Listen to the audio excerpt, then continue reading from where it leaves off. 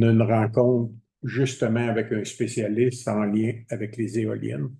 Donc, à 8h15, nous, il faut qu'on soit en rencontre privée. Donc, mais on va prendre le temps de faire les choses, mais si à la fin, je vous mets un petit break, je n'ai pas le choix. Fait que c'est ça. On faire avec, c'est ça. Donc, adoption de l'ordre du jour tel que présenté, proposé par Yannick. Yannick. Appuyé par. Excusez. Adoption et signature du procès-verbal. Proposé par. Paris. Paris. Appuyé par. Je.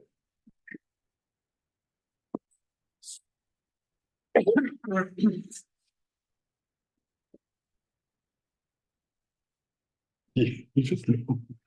Ça. Je vais le garder juste.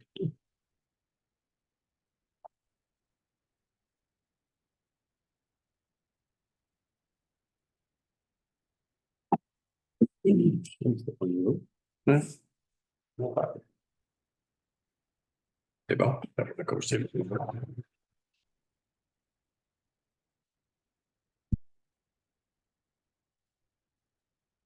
Donc, présentation des comptes et adoptions. Vous avez la liste des comptes qui est en arrière. Je vais en expliquer quelques-uns. Donc, feu d'artifice Orion pour 3 598,50. C'est, dans le fond, c'est 2 dépôts de 50%. Pour le feu d'artifice de la Saint-Jean, celui de la Gora du 22 août et celui de la journée hivernale là, qui n'avait pas été facturé aussi. Après ça, on a location Sauvageau 1833. C'est le pick-up en location, là, le temps de la réparation qui devrait se terminer. Je les appelle à chaque semaine. Les Ils me disent que ça va prochains être jours. cette semaine. Ça, c'est l'assurance qui défraie là, les frais de location. On a Maurice Lagagnère pour 1371, c'est pour des palettes d'asphalte froide, qui passent par le distributeur. Les valves et pompes René Lévesque, 1695, filtration, c'est une réparation au système de filtration. Dans les prélèvements, on a Omascotte Excavation pour 5 789. C'est plusieurs barrages de castor là, à enlever, plus la manipulation du sable, sable d'hiver. Puis ça, c'était l'automne passé, c'est une voiture non payée de l'automne. Effectivement. Association de gestionnaires en service d'incendie 1954, c'est pour le congrès des directeurs et directeurs adjoints du service d'incendie. Par la suite, c'est Jacques Shawinigan, 9488. C'est les 3 formations en eau usée pour les employés. Là. Ça aurait dû être facturé même l'automne passé. Ils y avaient passé droit. C'est ça. On a le domaine de Joriane, 1651, c'est le buffet là, pour la soirée des bénévoles qu'on a offert. Morancy, Société d'avocats, 3702, c'est pour différentes consultations là, sur différents dossiers avec les avocats. Aussi les carrières sablières qui est là-dedans, là, avec le pas conflit, mais la mésentente qu'on a avec Saint-Saëns. Sur l'entente, toi. Municipalité de Saint-Narcisse, 13 629, là, c'est à peu près 6 mois de frais parce qu'ils ne nous avaient pas facturé. Ils avaient oublié de nous facturer, donc pour l'inspecteur en urbanisme. Par la suite, on a OES Canada qui est 5 363. C'est l'auscultation des conduites là, pas de pluviales, mais de sanitaire. On a Technique Consultant, 9 772. C'est pour les projets de stabilisation, autant la rivière Vatican que la rivière Abeillette. C'est dans le gros projet de 10 millions. Et Tetra Tech, même chose, 21 211 pour l'ingénieur aussi pour les stabilisations qui vont finir par voir le jour. Et à l'arrière, ben, c'est les prélèvements automatiques qu'on a tous les mois là, pour Hydro-Québec et les assurances collectives. Ça pas mal le tour pour les comptes à payer. Donc, je prendrais quelqu'un pour proposer des comptes. Là. Et appuyé par Daniel. Daniel. Merci. On va aller avec l'explication des délibérations. On va avoir 3 avis de motion. Je vais en parler plus bas dans les délibérations, parce qu'on fait l'avis de motion, puis après, on fait les projets de règlement. Donc, si on va dans le projet de règlement 485, c'est concernant un programme de financement en matière d'environnement, et le projet de règlement concernant un emprunt pour aide en matière d'environnement. Ces deux-là, c'est qu'on a des problématiques d'eau qui va dans notre système sanitaire puis qui devrait aller dans le pluvial. Donc, quand on a refait la rue Saint-Philippe il y a 2 ans, les gens, il y avait des sorties pluviales qui ont été mises aux résidences des gens, mais qui ne se sont pas connectées encore. Puis on a un gros apport d'eau qui devrait aller dans le pluvial, mais qui s'en va dans notre sanitaire qu'on traite au complet. Puis donc, ça coûte très cher. On a rencontré ces gens-là. On en avait parlé l'an passé. On avait fait des vérifications aussi à l'immeuble, comment il s'appelle, l'immeuble au bout de la rue Saint-Philippe. Ouais, les logements qui au bout les logements populaires. Là. Et bon, ils ont fait leur devoir. Ça nous a coûté quand même assez cher d'aller voir. Puis finalement, l'eau qu'on avait dans notre réseau ne venait pas du bloc. Donc, on a repassé l'auscultation et on a bien, on a tout sur les caméras dans les tuyaux. Donc, il faut vraiment qu'ils séparent le pluvial du sanitaire. Donc, ces gens-là, ça peut leur amener des frais là, entre 8 et 12 000 facilement faut qu'ils défassent le terrain et aller séparer tout ça. On leur a proposé de pouvoir le financer avec un règlement d'emprunt. Et ça semble être la solution qui serait le mieux pour eux. Donc, on a eu une rencontre avec tous les propriétaires. Puis, ça va aller vers ça. Puis, ils vont être chargés capital intérêt sur leurs taxes là, pour les 20 prochaines années. Puis, s'ils vendent avant ou quoi que ce soit, ben, ils vont payer la partie qu'ils vont avoir été. C'est le moyen que la municipalité peut les aider, comme on a fait un peu pour les faux sceptiques, dans le fond, l'an passé. Par la suite, on a un projet de règlement pour l'octroi d'un permis pour une CPE ou une garderie. Donc, on a eu une demande là, pour une nouvelle garderie qui pourrait être CPE, plutôt, à Sainte-Geneviève-de-Vatican. On a regardé ce qu'on pouvait faire. Les premières réponses de la municipalité étaient plutôt négatives à cause de l'endroit où c'était et tout. Mais finalement, bon, avec le gouvernement, là, il y a une permission là, de passer outre certaines lois, certains règlements de zonage, c'est ça dans le fond, quand c'est pour une CPE ou une garderie. Donc, on va vers ça. On a refait vérifier là, le projet là, de règlement là, par nos avocats et puis par la MRC, puis tout semble être correct avec ça. Donc, on va aller de l'avant, mais au final, étant donné que c'est quand même zoné agroforestier, au final, ben, c'est la CPTAQ qui va avoir le dernier mot. Fait que nous, la municipalité, on va aller de l'avant à recommander. Des CPE garderies, il n'y en a jamais trop. Là. Donc, on va aller de l'avant avec ça.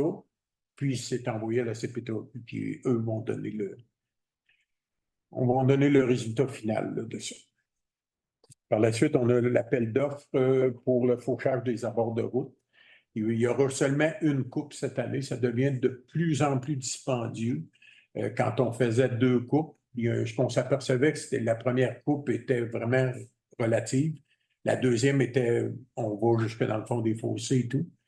Puis la première n'avait pas donné un très bon résultat l'an passé. Fait que là, cette année, on va y aller avant les vacances de la construction, au début juillet, mettre ça propre partout. Puis on va essayer ça comme ça pour cette année, là, parce que c'est quand même assez dispendieux. Ça monte à chaque année. L'appel d'offres pour le rapiessage mécanisé, dans le fond, ce qu'on appelle les patchs d'asphalte, faire un peu partout. Fait qu'on va aller en appel d'offres pour ça.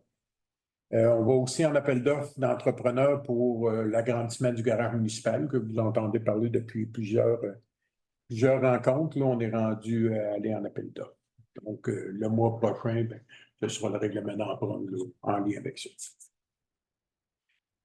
Après ça, on a un appel d'offres entrepreneur pour le projet de stabilisation du secteur des brumes, parce que même si le secteur de la Rivière-Vatican n'est pas encore commencé, les mulettes ont été sorties, mais là, en tout cas, il y en aura peut-être d'autres à sortir. Mais finalement, ben, on va commencer déjà l'appel d'offres pour la Rivière-Veillette parce que c'est un projet qui est beaucoup plus gros que la Rivière-Vatican.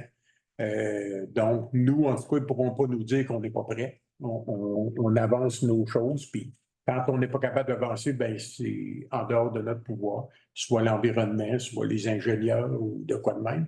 Mais nous, tout ce qu'on peut avancer, ce projet-là, on va le faire. Par la suite, on a un contrat Gaëtan Maton pour l'entretien des terrains municipaux de 33 de l'heure. À chaque été, c'est la même chose dans le fond. C'est pour le gazon, là, tous les terrains au complet. On a un contrat Mabel Construction au taux horaire de 75 de l'heure pour l'agrandissement de l'espace scénique de l'Agora. L'an passé, l'Agora, c'est la première année.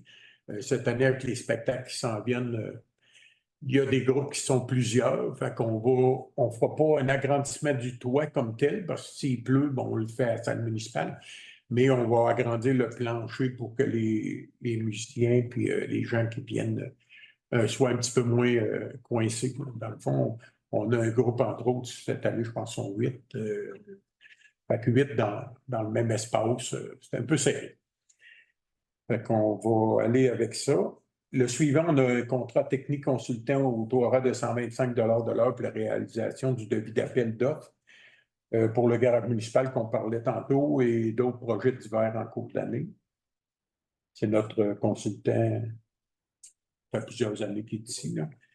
Après ça, on adoption des états financiers comptables 2023. Les comptables sont venus nous rencontrer, nous expliquer tout ça, puis nous expliquer l'audit dans le fond qu'ils ont fait pour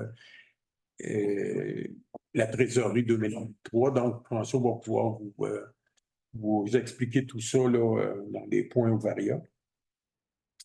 Et l'autre résolution, c'est le transfert au surplus déficit affecté annuellement. C'est suivant l'audit comptable, les surplus d'aqueduc, d'assainissement et de pourvoir d'aides d'assainissement sont versés ou prélevés aux différents surplus. C'est un nouveau texte qu'on a cette année que les comptables nous ont suggéré, c'est qu'à chaque année, ben, quand on rebalance les états financiers, ben, il y a des fois, il y a de l'argent qui retourne à l'aqueduc ou on va en chercher dans l'assainissement. Puis on fait toujours ça par résolution. Maintenant, ben, on fait cette résolution-là. Puis les autres années, on va avoir juste à transférer les montants aux bons endroits sans faire une résolution. Là. À chaque année, c'est vraiment là, comme ça qu'ils le font maintenant. En arrière, on a la demande au PABL du ministère du Transport, puis le volet PARRL, c'est pour l'entretien des routes. À chaque année, on fait la demande de subvention pour. C'est des subventions qu'ils nous donnent que dans le temps qu'il y avait cédé les routes aux municipalités. Ça joue autour de 175 000 à peu près par année là, qui versent ici à chaque année là, pour l'entretien des routes. On a une demande d'aide financière au Prima pour le projet patinoire. La patinoire commence à être, commence depuis plusieurs années à être endommagée. On essaie de l'entretenir. Il y a un projet qu'on peut avoir une subvention de 50 000 $. Et il y a aussi Prima qui pourrait s'ajouter à ça. Donc, c'est des subventions intéressantes, là, quand même, qui pourraient aller chercher pas loin de 90 dans ce cas-là, ouais. de subventions. Donc, ça serait intéressant. La patinoire, si on a cette subvention-là, on pourrait la virer sur l'autre côté. En tout cas, c'était ce qu'on avait regardé. Elle est très près là, de la falaise, si on veut, puis à chaque année, descend tranquillement. Fait que, pas que les patinoires descendent, les patineurs descendent en même temps, mais si on a la subvention, on fait la demande, on va voir. Puis si on l'a, ben, ça serait un beau projet. Là. Renouvellement de nomination des membres du CCU. Ben, chaque année, il faut qu'on renouvelle les membres. Aux 2 ans, excuse. Les membres du CCU. Donc, on va procéder à la nomination des membres du CCU. L'appui à la demande de la CPTAC pour aliéner ou lotir, régulariser leur occupation actuelle sur les lots. Il y a des numéros de lots qui sont là. Dans le fond, c'est la famille Trudel qui ont fait une demande dans le Rang-d'Or. Et bon, il y a une partie de terrain dans la demande là, qui est une partie verse à l'autre, puis l'autre reprend un autre coin pour faire des lots plus droits, si on veut. Donc, nous, ça nous a été présenté. C'est bien correct, on va appuyer cette demande-là, puis le résultat, ben, c'est la CPTA qui va trancher, dans le fond. Par la suite, on a le PIA pour les meubles à 5 logements sur la rue du Ruisseau. Donc, le CCU s'est réuni pour examiner voir si tout est conforme avec le plan d'intégration. Et entre autres, Architecture, ça finit par architecture. Architecture, c'est ça. Donc, sur la rue du Ruisseau, ben, il y a des matériaux qu'il faut qui soient utilisés. Il y a aussi la plantation d'arbres qu'il faut qu'il soit fait là-dessus. Donc, on a analysé le dossier pour le 5 logements. C'est un 5 logements qui va ressembler quand même beaucoup au premier qui est là quand tu prends la rue du Ruisseau, mais la devanture va être différente là, pour la séparation des entrées de garage. Donc, c'est 5 au lieu de 4. Et ça devrait commencer la construction du coup. Fait que ça, c'est une recommandation positive du CCU, dans le fond. Par la suite, on a un autre PIA pour le 35 rue du Ruisseau. C'est une maison unifamiliale là, qui va se construire. C'est le dernier terrain qui reste à construire, dans le fond, le bloc ici. Tout est conforme avec le PIA, les matériaux et tout. Donc, les gens attendaient la nouvelle de ça pour voir si c'était conforme. Donc, il y a une recommandation positive aussi pour ce dossier-là. La dernière demande, c'est une demande de dérogation mineure pour le lot 5-617-560, c'est dans la rivière à la Lime. Ça a été un dossier qui a été assez discuté longtemps, si on veut. On a même une lettre des propriétaires là, qui nous ont expliqué leurs besoins et tout. C'était une demande, je vais remettre. Où est-ce que ça m'énote là-dessus? Moi, c'est un agrandissement de 47 mètres carrés. Comment? 47 mètres carrés, je pense, l'agrandissement. C'est ça. Puis ça dépassait les normes. Les normes d'agrandissement avaient déjà été revisées l'an passé. Dans ce cas-là, il était à 150 mètres. Maintenant, ils sont à 150. Il était à 100. OK. Bien, pour ce secteur-là? Oui. OK. Bon, c'est ça. Fait qu'il avait déjà été agrandi pour pas que les gens, justement, aient à demander de dérogation mineure parce que ça faisait du sens de faire un petit peu plus grand. Malheureusement, le Conseil ne pourra pas donner suite à cette demande. Parce qu'on avait déjà agrandi les normes et là, on a une demande pour agrandir encore par-dessus l'autorisation qu'on avait faite dernièrement. On a eu aussi une formation du CCU à la MRC au courant du mois passé. Ces dossiers-là ont été discutés aussi et à un moment donné, il faut savoir où est-ce qu'on émène une ligne. Parce que sinon, on va tout enlever la réglementation, ça ne donne rien à faire, parce que de toute façon, on va toujours autoriser le plus grand, parce que les gens ont toujours besoin de plus grand. On comprend les besoins de cette famille-là. Cette possibilité-là de faire aussi grand que ça, un agrandissement, mais il le ferait sur un deuxième bâtiment sur le terrain, il serait autorisé.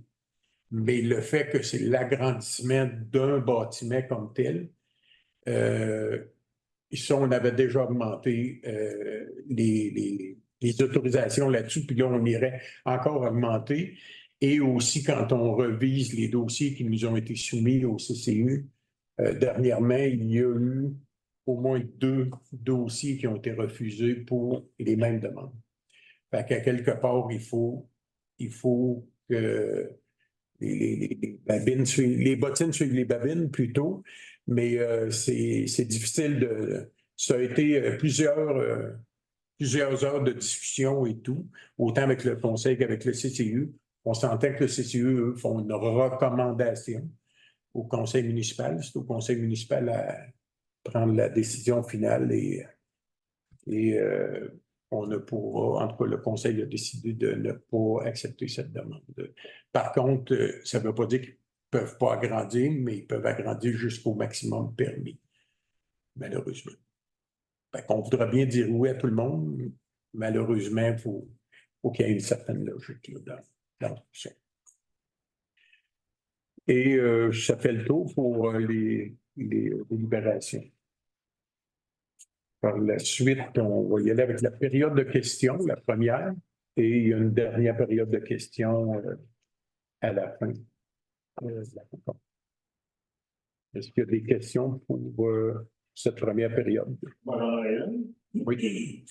En janvier dernier, j'ai fait parvenir un courriel à la Chambre administrative civile sur une observation que j'avais faite. Vous permettez qu'on vous le lise. Je vais vous mettre déjà le contexte de ma poignée.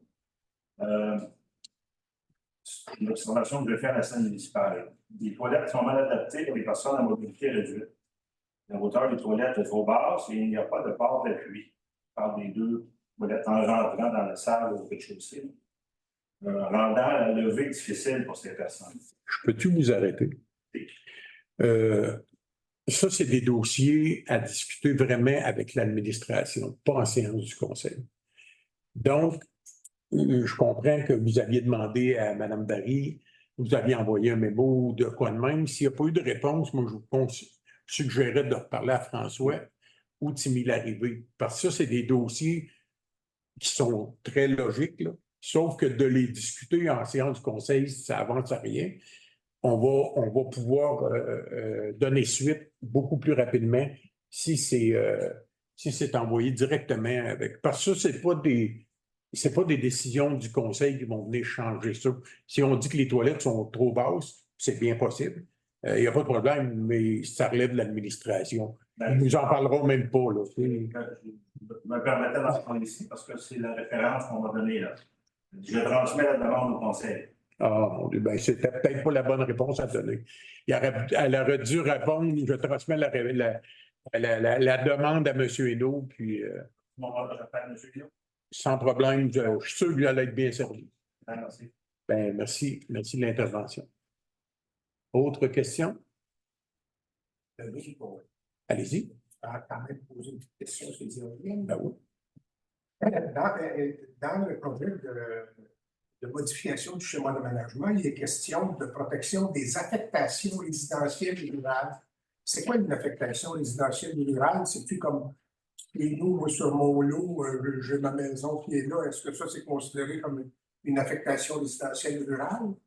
Ben, François, peut-être tu le sais plus, mais écoutez, moi, la dernière rencontre de la MRC, quand ils ont présenté le. C'est pas là. Non, j'étais pas là, j'étais à Montréal, mais j'étais pas là. Puis, honnêtement, je vous dirais que j'ai été dans le jus jusque-là, mais je vais en prendre connaissance parce qu'on a quelques semaines. Après ça, il y a la rencontre au tremplin. Je vais en prendre connaissance de ça. Puis je vais vous revenir avec ça. Écoutez, on le prend en note, là. Je vais vous revenir avec ça parce que je ne veux pas vous répondre n'importe quoi non plus. Mais c'est sûr qu'on va communiquer avec vous pour vous donner cette réponse-là. Je pose cette question-là parce que ça va m'aider à comprendre Ouais. une autre disposition qu'il y a dans le projet de modification. Si je comprends bien, dans le projet de modification, ça dit qu'une éolienne peut être située à 600 mètres de chez nous, mais elle peut être à 1,5 mètre de la limite. Ça veut dire que je perds 548 mètres de possibilité de faire quoi que ce soit sur mon terrain. C'est gros, là, 500 mètres, c'est 1 kilomètre. Alors, donc, si le voisin lui installe son éolienne à 1,5 mètre de la clôture et que je peux plus. 1,5 mètres? Ben, c'est ce que j'ai dit. La clôture, mais de la résidence est à 600 mètres, c'est ça que tu veux dire? La résidence, moi, la résidence doit être à 600 mètres. Et ça veut dire qu'il empiète sur mon terrain, où là, m'empêchant de faire quoi que ce soit, sur une distance d'un demi-kilomètre. Alors, ça veut dire que je veux déplacer ma maison, par exemple. Ben, je veux l'agrandir, ben là, je suis capable de venir. OK. Ben, on va vous revenir avec ça, on va vérifier ça. Il était question à la dernière réunion que vous publiez dans le bulletin municipal, cette fois-ci, une carte plus claire que celle qui était disponible. Ça a été fait? Non, ça n'a pas été fait, puis c'est moi qui ai pris la décision de ne pas le faire. Pourquoi de ne pas le faire? C'est qu'on va le faire, et au prochain. Parce qu'on rencontre TES Canada dans pas long, dans quelques jours. On rencontre TES Canada qui, eux, vont venir rencontrer le conseil, vont nous dire exactement qui a signé, à quel endroit qui seraient placées les éoliennes et tout. Et encore là, s'il y a des choses, on va le dire tout de suite, là. Mais un coup qu'on va avoir ça, c'est ce qu'on va publier. Parce que avoir publié tous les ronds jaunes, les taches jaunes qu'on pouvait avoir, ça aurait fait paniquer les gens pour rien. Elle a déjà été publiée au niveau de la MRC, cette carte-là, mais ben, les endroits, tous les endroits jaunes, ça, c'est public. Là. C'était Oui. merci. Non, non, excusez, c'est TES, mais je veux dire que c'est public. Eux autres, ils ont mis plein d'endroits jaunes qui ciblaient. Est-ce que ça va être tous ces endroits-là? On en doute fortement. Est-ce que ça risque, le fait de ne pas avoir publié, d'attendre le prochain numéro, est-ce que ça risque pas d'hypothéquer la participation à la consultation du 5 juin? Le numéro va sortir à peu près au même moment. Non, parce que ce qu'on va publier, c'est les endroits possibles. Ça ne veut pas dire qu'il y aura ça, mais les endroits possibles où il y a des gens qui auraient signé ou que ce serait possible. On va publier ça, publiciser ça, c'est-à-dire, mais si jamais il y a des journées de signature ou de référendum, c'est ces gens-là qui vont être directement. Ça ne sera pas personne d'autre qui ne sont pas ciblés, là. Non, mais vous comprenez que. Mais ça va être public, cette réunion-là, au tremplin. Oui, Tout le monde peut y aller. Tout le monde peut y aller, mais quand, dans ce numéro-ci, vous avez écrit si vous dites non sur votre terrain, il n'y a aucun problème. Ça, c'est clair. Ben, c'est pas vrai. Ben, c'est-à-dire oui et non, parce que j'ai un problème d'un demi-kilomètre sur ma Ah, propriété. ben là, on va revenir avec cette réponse. Je ne peux rien faire. Mais non. Si vous dites non, si vous n'avez pas signé avec TES Canada. Je n'aurai pas d'éolienne chez moi, mais si mon voisin a signé, j'ai un impact d'un demi-kilomètre chez moi. C'est ce qu'on va vérifier. Pas capable de rien faire, pas capable d'agrandir, pas capable d'implanter quoi que ce soit. Puis ça donne bien qu'on aille la question. On va le vérifier Ça, ailleurs. c'est discuté à la MRC sur vous autres les maires quand vous avez examiné le projet de notification. Non. Honnêtement, le non. Puis le projet, comme je vous ai dit, là, je n'ai pas eu le temps de le regarder au complet. Là. On en discute, mais il y a toujours plein de choses là-dedans. Aux différentes réunions de la MRC, je répétais qu'il fallait que les municipalités puissent diffuser des informations. Ouais. Dans le numéro qui vient de paraître, la consultation du 5 juin n'est pas mentionnée. C'est aussi un choix que la municipalité faisait. La réunion du 5 juin? Ouais. La consultation du 5 juin n'est pas annoncée dans le bulletin municipal. Non, mais ça va être annoncé dans celui-là. Il sort dans 2 semaines. Même pas 2 semaines. Le prochain? Oui. Oui. Oui, ça ne sort pas à la fin du mois. Là. Ça sort dans une dizaine, 10, 12 jours. Il est tout le temps émis au moins 10 jours avant la fin du mois. Comme avril, mettons, on l'a publié vers le 20 avril pour le mois de mai. C'est ça. Là, il va sortir vers le 20 mai, puis il va y avoir les zones que TES Canada vont nous avoir parlé. Puis il va y avoir aussi la réunion du 5 juin, puis on va inviter les gens. Okay. Ouais. Est-ce que vous avez rendu des questions sur les éoliennes? Pardon? Non. Pardon? Tu posais des questions sur les éoliennes? Ben, c'est ce que M. Baudouin vient de faire. OK, c'est pour nous. Oui. Une question que je me pose, c'est que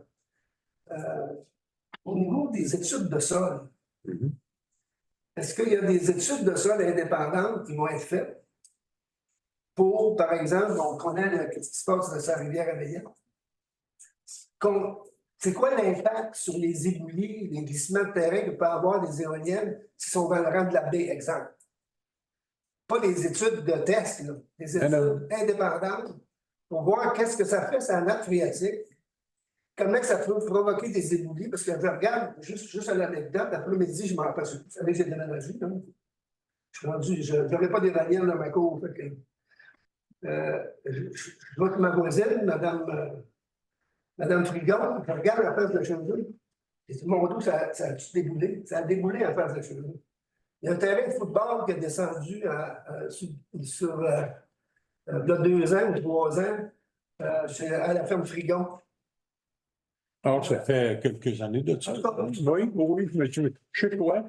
On regarde, puis on se promène, on regarde tout ce qui se passe, qu'est-ce qui éboule.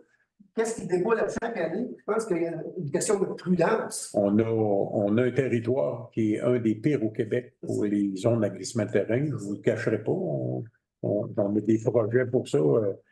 On est sur la glaise, puis pas la glaise. C'est la glaise qui déboule d'un coup sec. Fait que c'est ça. Mais effectivement, on a tout ça en tête. Mais je vous l'ai dit au dernier conseil, faites-nous confiance. On va prendre les informations qu'il faut au complet. On n'est pas parfait, loin de là. Mais on n'autorisera pas n'importe quoi. Comme point secondaire, c'est. Premièrement, je suis d'accord avec vous qu'il faut regarder l'ensemble. J'ai vu ça dans votre position. On ne peut pas juste Absolument. dire, prendre les opposants ou juste ceux qui les veulent. Il faut regarder l'ensemble. Absolument. Puis dans l'ensemble, ce qu'on semble dire, c'est la décarbonation. C'est une question, ça, là? Ouais, oui, je vais arriver avec- OK, ça va arriver avec une question. OK? Oui. C'est quoi la décarbonation? Comment l'hydrogène qu'ils vont produire va amener la décarbonation? Dites-moi ça. Je sais qu'on ferait demander ça à eux et vous au gouvernement, là, parce que nous, on avait parlé justement avec le gouvernement, là, puis c'est bien beau, mais le gouvernement, on ne l'entendait pas, nulle part. M. Fitzgibbon et compagnie, Rencontre de ce soir va nous informer aussi là-dessus. oui, entre autres. Dessus ce soir. Mais c'est ça. Puis, écoutez, là, il a commencé à sortir en disant que c'est un projet qui est essentiel pour la Mauricie et tout et tout.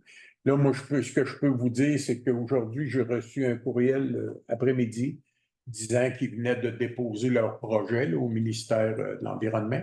Ils ont déposé ça aujourd'hui ou hier, aujourd'hui. Fait que et le ministère va faire son travail de son bord. Nous, on fait notre travail. Comme on vous a dit, tout ce qu'on peut ramasser comme information, on le fait. Vous voyez, on va être encore en réunion ce soir, je ne sais pas quelle heure. Puis on en a une autre cette semaine, on en a une autre avec la MRC aussi. Puis à chaque fois, il y a des nouvelles questions qui apparaissent, là. Fait que, Tu sais, je reprends vos paroles. C'est pas l'argent qui va guider votre. c'est ce qu'on a dit, puis c'est ce qu'on maintient. C'est ce qu'on maintient. Donc, Mais quoi on a toujours la dit- décarbonation?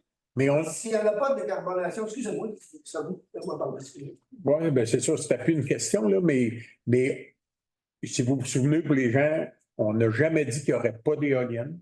On n'a pas dit qu'il y en aurait. On analyse le dossier. Puis ce qu'on a dit, puis c'est vrai, c'est pas le 25 000 $ par éolienne qui va faire guider la décision du Conseil. Merci. Voilà. Oui. Question concernant les éoliennes. Heureusement, je n'ai pas noté dans quel journal ça a apparu. La photo est depuis dans la presse canadienne.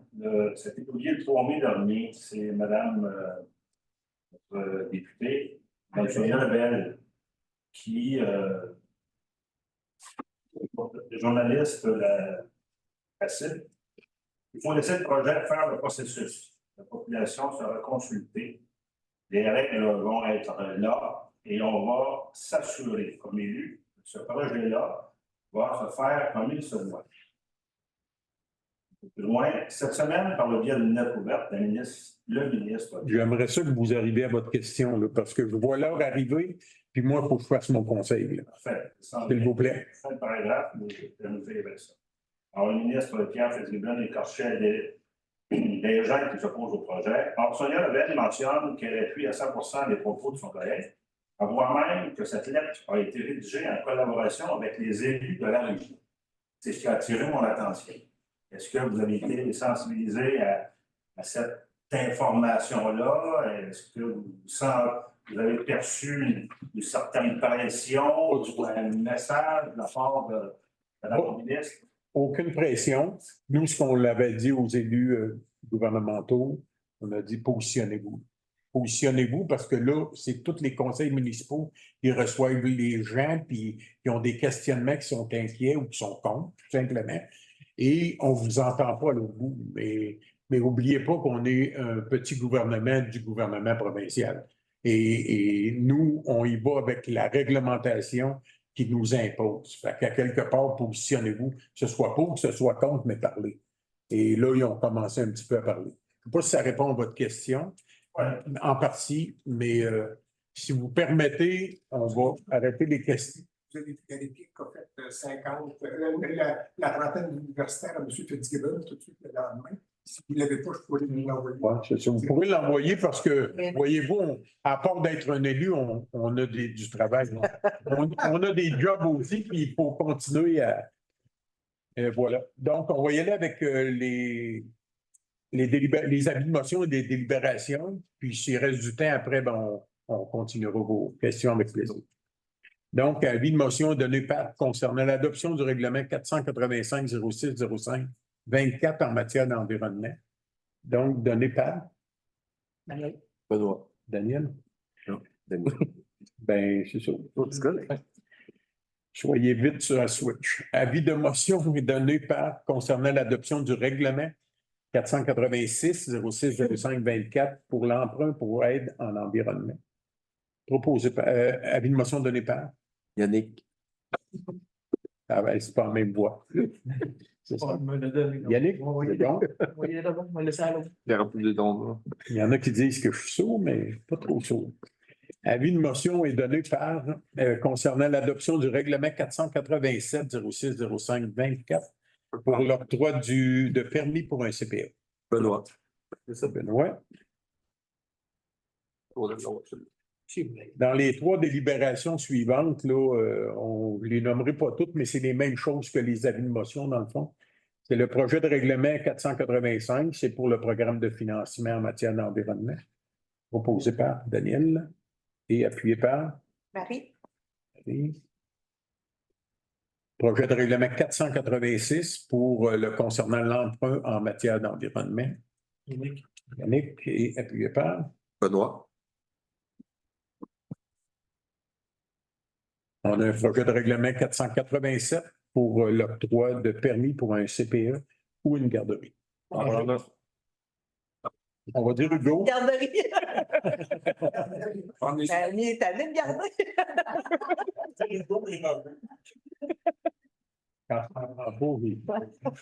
C'est bon, pareil. Appel d'offres pour le fauchage des abords de route 2024. Une coupe. Daniel. Appuyé par Yannick. Nick.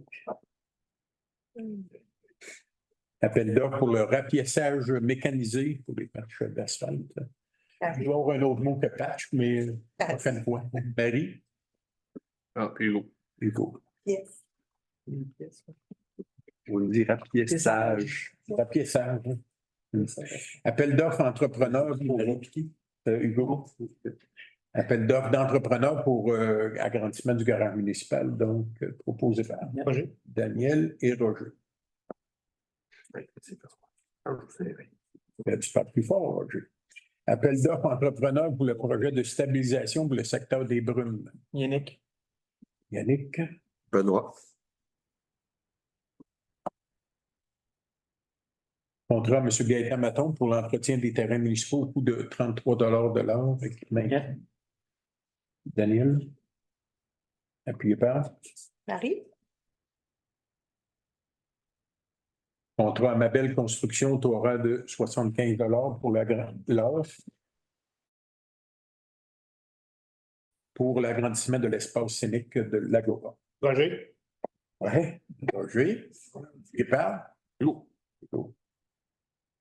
Contrat à Technique Consultant au taux horaire de 125 de l'heure. Pour la réalisation du devis d'appel d'offres pour le garage municipal et autres projets divers en cours. Benoît. Appuyé par Yannick. Yannick. Tu te parles-tu de ça, ou? Oui. OK. Adoption des états financiers comptables pour 2023. Marie et Daniel. Transfert au surplus ou déficit affecté annuellement, là, suivant l'outil comptable des surplus d'aqueduc assainissement, pourvoir de dette d'assainissement sont versés prélevés aux différents surplus proposés par Yannick. et Benoît. On va prendre revue. Oh, ça va être bon, ça. Pas trop compris, on va pas payer 2 fois en même temps. Là. Demande au PAVL du ministère des Transports pour le volet PAE-RRL pour l'entretien des routes. En prendre un, moi. Yannick et appuyé par Daniel, puis Hugo. Hugo. Si je veux manger à soir, je ne prends pas une thing ça. Daniel et Hugo. Demande d'aide financière au Prima pour le projet de la patinoire. Marie? Marie. Yannick. Là, C'est vrai. c'est vrai. Renouvellement pour la nomination des membres du CCU, proposé par Roger. OK. Et appuyé par Daniel. Oui, c'est Appui à une demande de la secrétaire. Pour aliéner ou lotir sur les lots 5 619 166 jusqu'à 5 619 099 et le 192. Proposé par Marie? Marie, appuyé par. Benoît. Ça, c'est clair. Benoît Pont, c'est clair. PIA pour l'immeuble à 5 logements sur la rue du Ruisseau. Hugo. Bon. Appuyé par. Daniel. Le PIA pour le 35 rue du Ruisseau. Marie? Oui. Et appuyé par. Roger. OK. Demande de dérogation mineure pour le lot 5 617 560. Donc, c'est une proposition de refus de la demande, malheureusement. Fait que, Yannick. Benoît. Yannick et Benoît.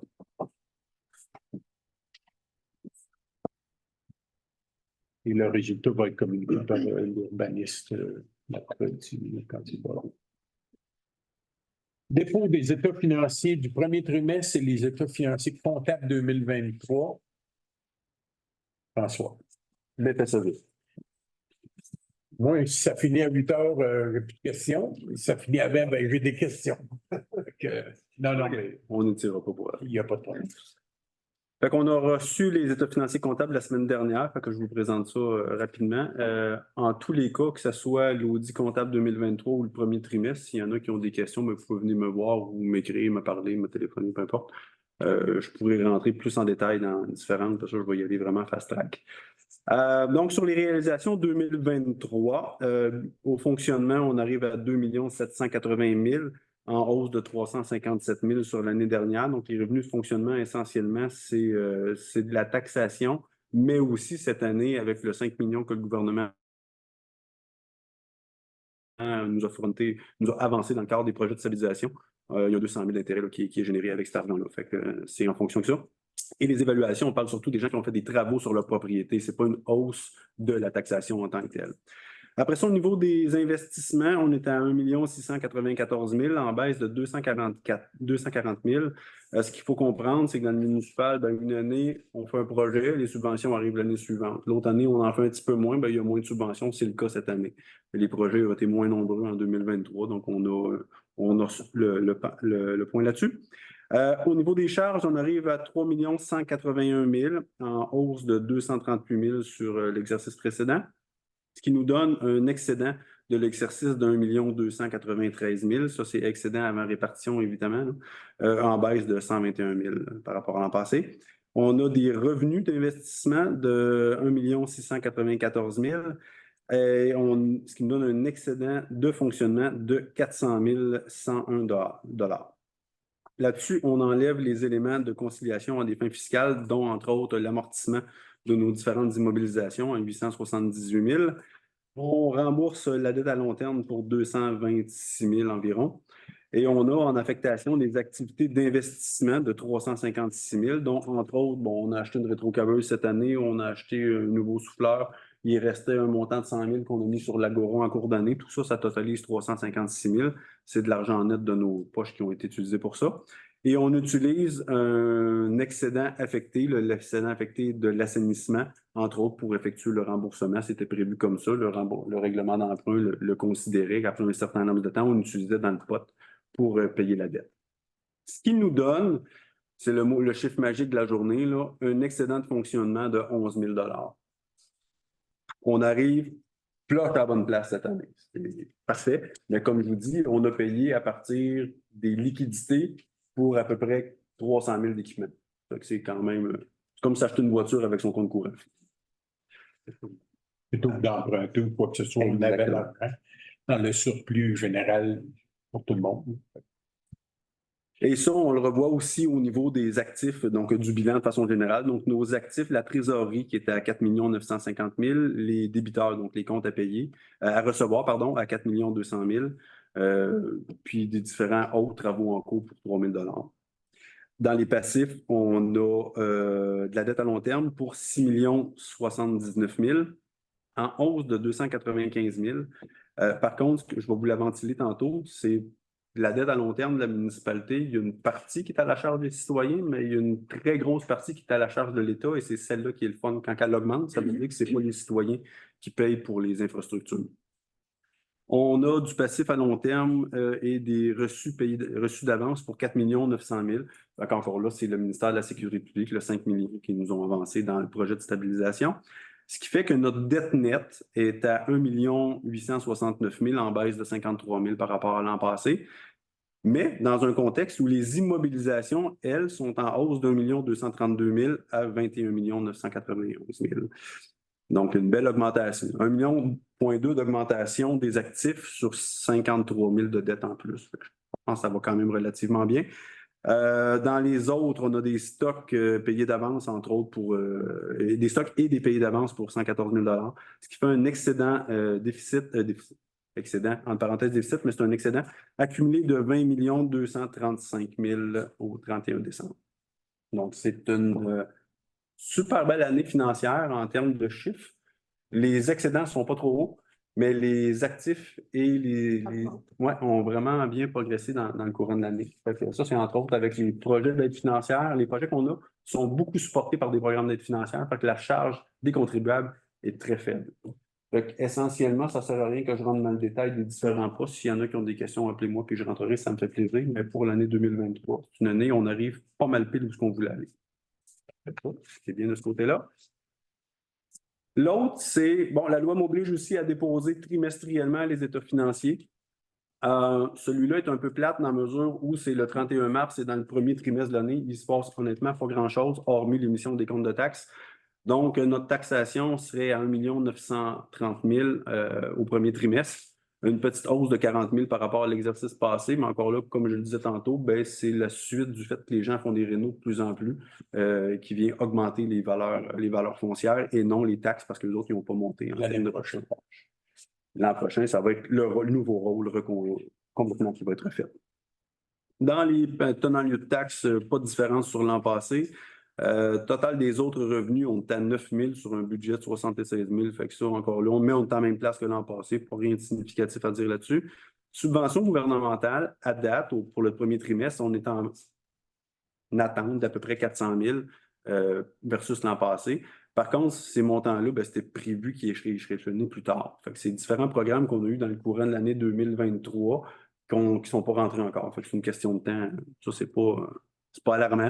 Loin de là, les lettres d'entente sont signées, on les a. Fait que c'est une question, partie remise de ce côté-là. Donc, le total des revenus atteint 2 261 000 sur un budget de 2,9 millions. Mais grosso modo, on est en ligne avec où est-ce qu'on est supposé être à ce temps-ci de l'année. Dans les dépenses, en administration générale, on est 14 000 de plus que l'an passé où on était.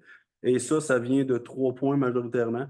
La quote-part de la MRC qui a monté, le quote-part en évaluation qui a monté, puis notre système comptable qui est PG Solutions qui a monté de 5 000 aussi. Fait que l'ensemble des augmentations se situe pas mal dans ces 3 postes-là. Les dépenses en sécurité publique, on est à la même place que l'an passé, à toute chose près. Les dépenses en transport, on n'a pas eu un gros hiver, fait qu'on s'est attendu d'économiser plein d'argent là-dessus. Par contre, ce n'est pas une bonne année au niveau des équipements. On a eu un bris avec un chasse-neige, donc un accident qui nous a coûté quand même relativement cher. Puis on a eu de l'entretien avec la souffleuse aussi qui nous ont coûté relativement cher malgré le peu d'hiver qu'on a eu. Fait que, une chance, on récupère sur le coût de carburant, puis on récupère sur la sous-traitance. C'est les employés. Fait que, au total tout, on est malgré tout en hausse de 13 000 par rapport à l'an passé, mais ce n'est pas significatif pour un premier trimestre. Dépenses en hygiène du milieu, pas de différence avec l'an passé. Même chose pour loisirs et culture, on est à 37 000 à la même place que l'an passé à pareille date. Les frais de financement, on n'en a jamais au premier trimestre. Les versements passent en juin et en décembre. Fait qu'on n'a jamais rien au premier trimestre. Le total de dépenses de fonctionnement pour 2024, premier trimestre, on est à 650 000 comparativement à 566 l'année précédente. Mais on est à 29 du budget. Fait que si on se présume que le premier trimestre, on devrait être à 25, c'est 4 c'est pas significatif dans ce cas-là. D'autant plus que nos revenus sont assurés par les programmes d'aide financière qui sont déjà signés. Donc, actuellement, on serait à un surplus théorique de 1 611 000. Mais il n'y a rien qui est en excédent du budget à l'heure actuelle. C'est grosso modo, c'est pas mal ça l'explication pour le premier trimestre. Merci. Donc, je renonce à mon droit de veto pour toutes les délibérations CO mentionnées. En passant, dans le mot du maire, ben, effectivement, on a rencontré Mme Lebel cette semaine parce qu'on n'était pas très content d'un paquet de choses. Donc, entre autres, on lui a mentionné nos insatisfactions. Aussi pour les éoliennes, mais aussi pour la loi 69, là, qui est la CPTAQ. Aussi, ça fait au moins 6 à 7 mois qu'on a demandé une expertise pour un puits de gaz là, qui se trouve à être en arrière de la maison à Yannick Saint-Arnaud. J'allais remarquer que ça a été clôturé, là, mais finalement, à force d'avoir mis des pressions puis qu'on l'a rencontré, ben, le lendemain matin, les gens étaient là de Énergie et Ressources naturelles. Il y a 3-4 ans, il n'y avait absolument rien à cet endroit-là, puis là, c'est très, très large. Puis il y a un gros bouillon de gaz pas de gaz, mais d'eau qui monte de la nappe phréatique avec le gaz. Donc, ils ont analysé, ils ont vu qu'effectivement, il y avait une concentration de gaz, pas de danger d'explosion, mais les ingénieurs vont analyser, puis c'est très, très mou. Ils ont mis une pelle dedans, puis la pelle a descendu de 4 pieds. Fait que, effectivement, on l'a clôturé à la demande du ministère. Puis, ils vont nous revenir à savoir qu'est-ce qu'on va faire avec cette chose-là. Du gaz, il y en a un peu partout à Sainte-Geneviève, mais ça a sorti. Puis, ils s'en venaient sur une niaiserie, selon eux. Mais quand ils sont arrivés, ils ont vu que non, c'était sérieux. Donc, finalement, on a réussi à avoir quelqu'un là-dessus. On y a aussi parlé le projet de l'Église, le projet du HAS. Parce qu'il y aurait une possibilité de faire 6 logements de plus au 3e étage. Bien entendu, ben, ça coûte plus cher. Ça prendrait 1 million et plus de plus.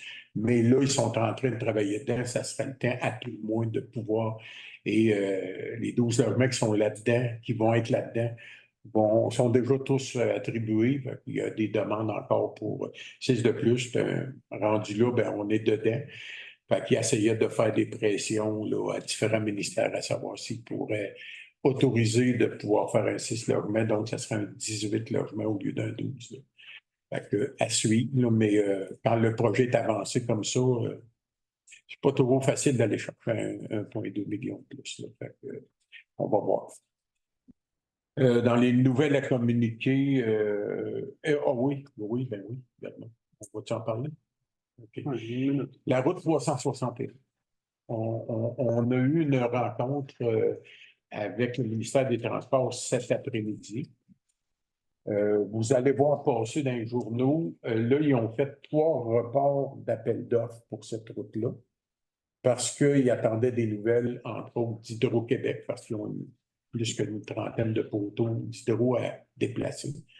Et Hydro, depuis le début du projet, avait toujours dit, oui, on va vous suivre dans le projet, on va être à jour, tout va être là. Et finalement, ils ont dit qu'ils ne seraient pas capables de déplacer les poteaux à terre. Fait que là, on a poussé les gens à se construire plus vite et tout et tout. Puis finalement, ils ont fini par dire à la fin de la réunion que les poteaux devraient être déplacés en 2024, mais plus tard dans l'année. Mais les stabilisations de talus qu'ils devaient faire en 2024 seraient faites en 2025 en même temps que la route. En principe, la route en 2025 va être faite, mais nous, on n'a pas que ça prolonge les travaux jusqu'en 2026, ce qu'on ne veut pas. Ils ont dit que c'était encore réalisable de le faire de cette façon-là. Mais il faut qu'Hydro-Québec passe avant la stabilisation des talus. Puis là, ben, il n'y avait pas le temps de passer avant. Fait que, ils vont arrêter l'appel d'offres pour en reprendre un probablement en juillet ou à août. C'est eux qui mènent ce projet-là. C'est un gros projet. Mais en tout cas, ils nous ont affirmé que ça ne poussait pas le dossier en 2026, que ça restait en 2025, sauf que la stabilisation va être là. Monsieur Brouillette, je le savais que vous aviez une question. Au Québec, là, ils sont mêlés d'intérêt. Oui, que ma maison à moi, je l'ai séparée de la terre. J'ai donné ma terre à mon gars, j'ai séparé ça. J'ai 5 numéros de l'eau. Je suis senti par 120 dans le dossier d'Hydro-Québec. Ah. Ben oui, il y a un papier, de signer ça. De donner une certitude. Ben ouais. Non, ça marche pas. On n'était pas de bonne humeur après-midi. C'est clair et net, ils l'ont su aussi. La madame Turner, qui est la directrice, était très mal à l'aise de nous parler de ça parce que l'hôtel s'était engagé formellement à le faire. En principe, ça va être encore 2025 que ça va être fait. Mais il va falloir les talonner quand même. J'ai demandé si on appelle François Legault, on a un risque de nous faire dire oui, on va pousser plus, mais ils ont été quand même assez hauts au gouvernement pour ça. Mais on va quand même en parler sur Je suggère d'appeler Fitzgibbon, ça a l'air qu'il y a pas mal de mots.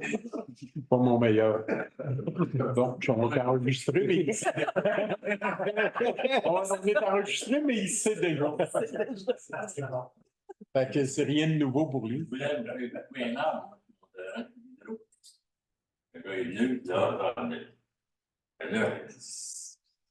n'est même pas dans l'emprise de la route. L'arbre, il est à 15 pieds de là, on met la ligne électrique, pas chaque fois. Il regarde son plan. Ah ben, c'est drôle. Sur mon plan, la ligne électrique passe de l'autre bord de la rue. C'était une question, ça. Hein?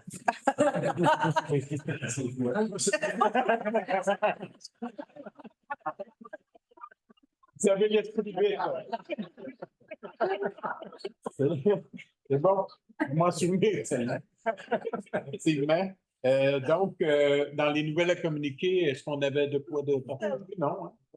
OK, donc, il est 8h03, je vais vous permettre un autre 2 minutes de questions, pas plus. Parce que, oui, on peut.